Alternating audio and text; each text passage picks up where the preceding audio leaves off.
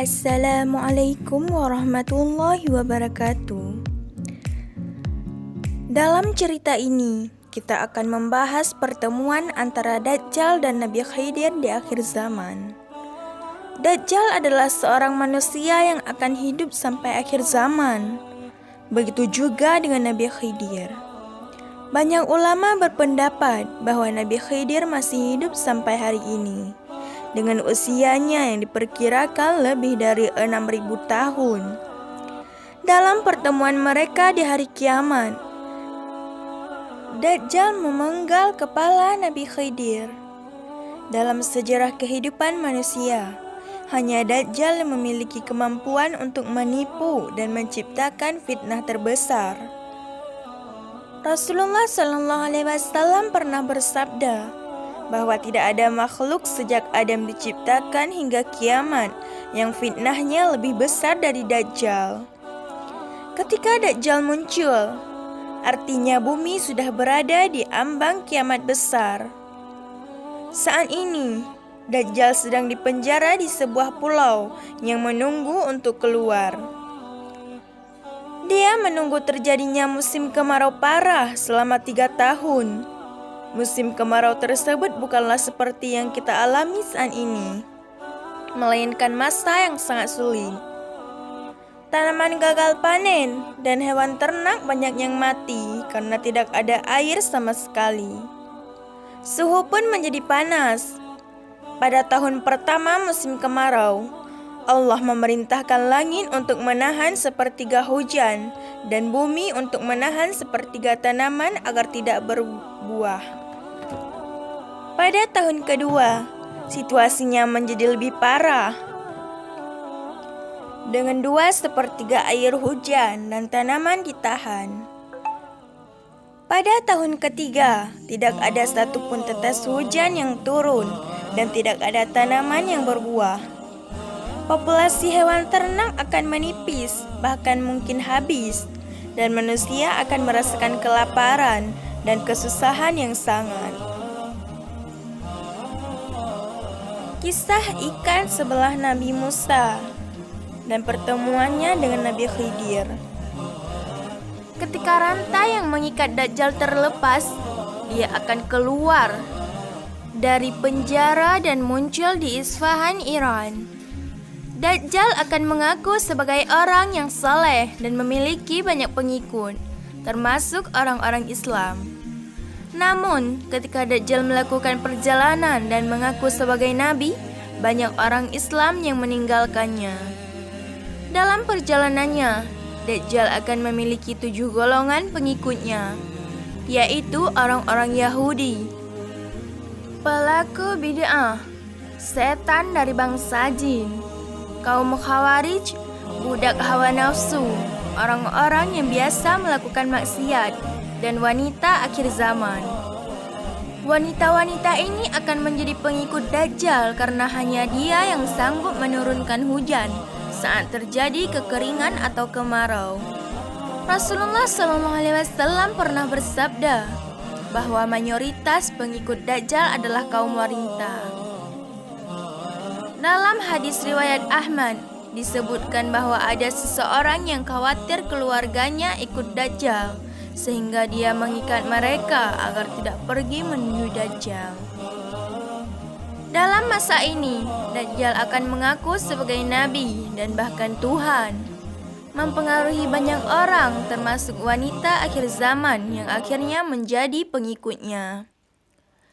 Puncak dari fitnah Dajjal ini akan memunculkan Nabi Khidir alaihissalam, yang akan bersaksi dan meyakinkan umat manusia bahwa Dajjal adalah penipu. Namun, Dajjal akan memenggal kepala Nabi Khidir, yang kemudian akan hidup kembali atas izin Allah. Tindakan ini akan membingkai perdebatan dan ujian bagi umat manusia, di mana sebagian akan tetap beriman dan sebagian lainnya akan percaya kepada kekuatan Dajjal. Saat ia mengaku sebagai nabi, maka orang-orang Islam banyak yang meninggalkannya, Setelah perjalanan Dajjal sampai ke sebuah daerah yang bernama Kalah, yang berada di wilayah antara Irak dan Syam, barulah saat itu dia mengaku sebagai Tuhan pemilik surga dan neraka. Sahabat-sahabat sekalian, ketika itu Dajjal akan sibuk dengan perjalanannya ke sana kemari, sampai-sampai diriwayatkan tak ada satupun tempat yang tak dimasuki Dajjal. Jadi, seluruh pelosok-pelosok negeri akan didatangi Dajjal untuk dia menebar fitnah, sekaligus mencari pengikut. Hanya 2 kota saja yang Allah Subhanahu wa Ta'ala lindungi, supaya Dajjal dan para pengikutnya tak bisa masuk, yaitu Makkah dan Madinah. Dan hebatnya lagi, Dajjal mengelilingi seluruh bumi hanya dalam waktu 40 hari saja.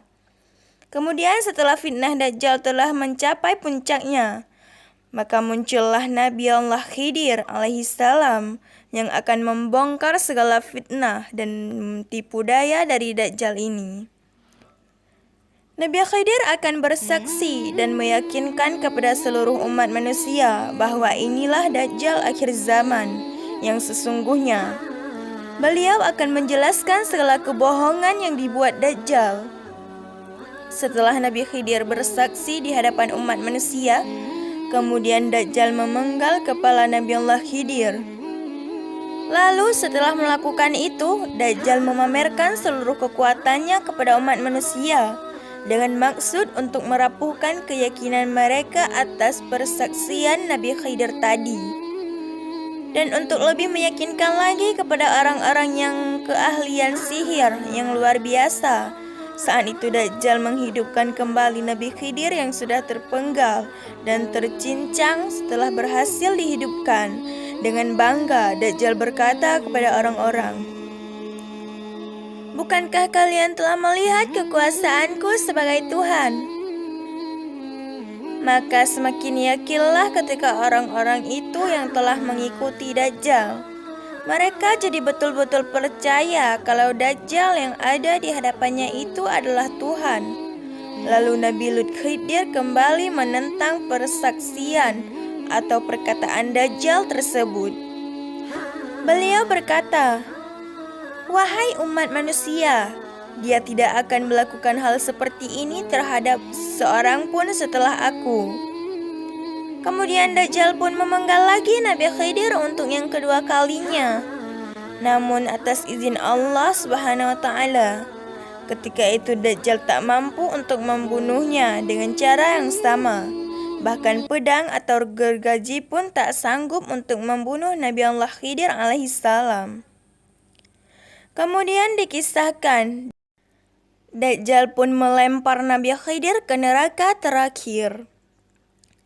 Di dalam hadis dijelaskan, orang-orang yang menyaksikan kejadian itu mengira Nabi Allah Khidir betul-betul dilemparkan ke neraka, dan Rasulullah SAW pun segera menegaskan, padahal ia dilemparkan ke surga yang Allah Subhanahu wa Ta'ala. Derajatnya mulia dan dia adalah syuhada di sisi Allah Subhanahu wa Ta'ala. Setelah kejadian itu, barulah sebagian umat semakin yakin dan segera berbaiat kepada Imam Mahdi. Rasulullah SAW bersabda, "Pria ini adalah orang yang derajatnya paling dekat denganku, sekaligus syuhada yang paling agung di mata Tuhan semesta alam." Ajal Nabi Khidir ditunda sampai ia mengingkari Dajjal. Hari Dajjal keluar nanti. Di dalam Sahih Muslim ada hadis yang mengisahkan tentang Dajjal yang ketika itu tidak bisa masuk ke kota Madinah. Lalu keluarlah seseorang dari sebaik-baiknya manusia dan dia berkata, "Aku bersaksi bahwa kau benar-benar Dajjal yang dikatakan Rasulullah SAW kepada kita." Lalu Dajjal berkata, "Bila kubunuh orang ini lalu kuhidupkan kembali, apakah kalian masih mengeluh?" Mereka menjawab, "Tidak." Maka Dajjal membunuhnya lalu menghidupkannya kembali. Lalu berkatalah laki-laki yang dibunuh itu, semakin yakin bahwa kaulah Dajjal. Maka Dajjal ingin membunuhnya lagi, namun Dajjal tak mampu. Di dalam riwayat Abu Ishaq, beliau berkata, laki-laki itu adalah Nabi Allah Khidir alaihi salam. Hadis riwayat Muslim nomor 2938 sahih. Kemudian ada riwayat dari Imam Nawawi yang mengatakan, ulama mengatakan bahwa ia masih hidup, sebagaimana dijelaskan dalam hadis keutamaannya yang mengenai kehidupan Khidir. Selain itu juga dijelaskan bahwa datanglah seorang laki-laki asing melawan Rasulullah SAW. Ketika itu beliau tengah wafat, maka berkata Sayyidina Abu Bakar dan Sayyidina Ali bin Abi Thalib, lelaki itu adalah saudara Rasulullah SAW, yaitu Khidir. Sahabat-sahabat yang dimuliakan Allah, jika Nabi Allah Khidir masih hidup sampai hari ini, timbul sebuah pertanyaan. Apakah Nabi Khidir menikah dan punya keturunan? Jawabannya adalah tak ada satupun riwayat yang mengatakan bahwasanya Nabi Khidir menikah dan punya anak. Namun dijelaskan oleh Imam Nawawi bahwasanya Nabi Khidir tinggal di laut dan beribadah di laut. Imam Nawawi berpendapat demikian. Berdasarkan dari isi surat Al-Kahfi yang mengisahkan Nabi Musa bertemu Khidir yang sedang beribadah di tengah laut, dan ada beberapa kisah para waliullah, orang-orang soleh, dan ulama yang ada yang pernah berjumpa dengan Nabi Allah Khidir alaihi salam. Hanya sekian dulu ya teman-teman, kisah pertemuan Nabi Khidir dengan Dajjal. Wallahu a'lam bisawab. Assalamualaikum warahmatullahi wabarakatuh.